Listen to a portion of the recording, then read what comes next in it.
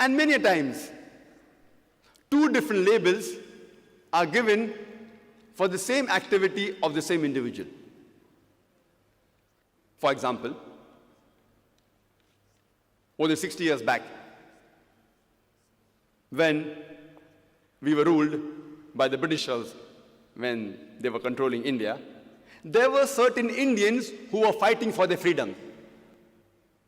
These group of Indians, by the British government, they were labeled as terrorists.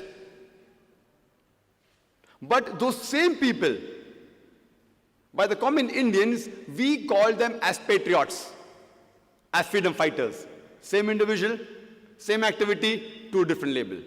One group is calling them a terrorist, the other group is calling them freedom fighters, patriots. Same individual, same activity, two different labels. Therefore, before you give a label, you have to try and find out what is the reason that the person is giving the label. If you agree with the British government that Britain had a right to rule over India, you would call all these people as terrorists. But if you agree with the view of the common Indians that the Britishers came to India to do business, they had no right to rule over us, then you would call these people as freedom fighters. Same people, same activity, two different labels.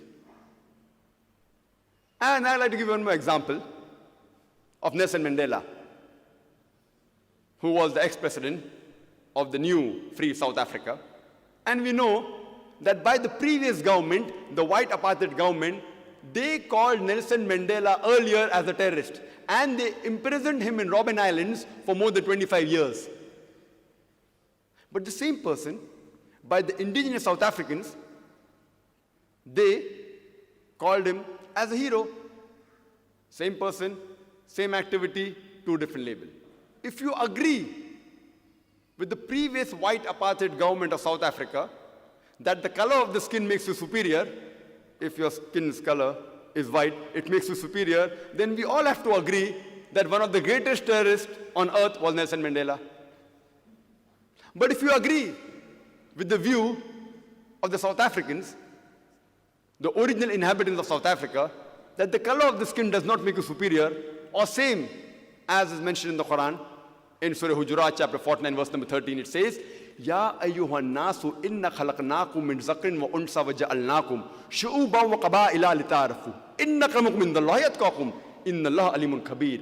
O humankind, we have created you from a single pair of male and female, and have divided you into nations and tribes, so that you shall recognize each other, not that you shall despise each other.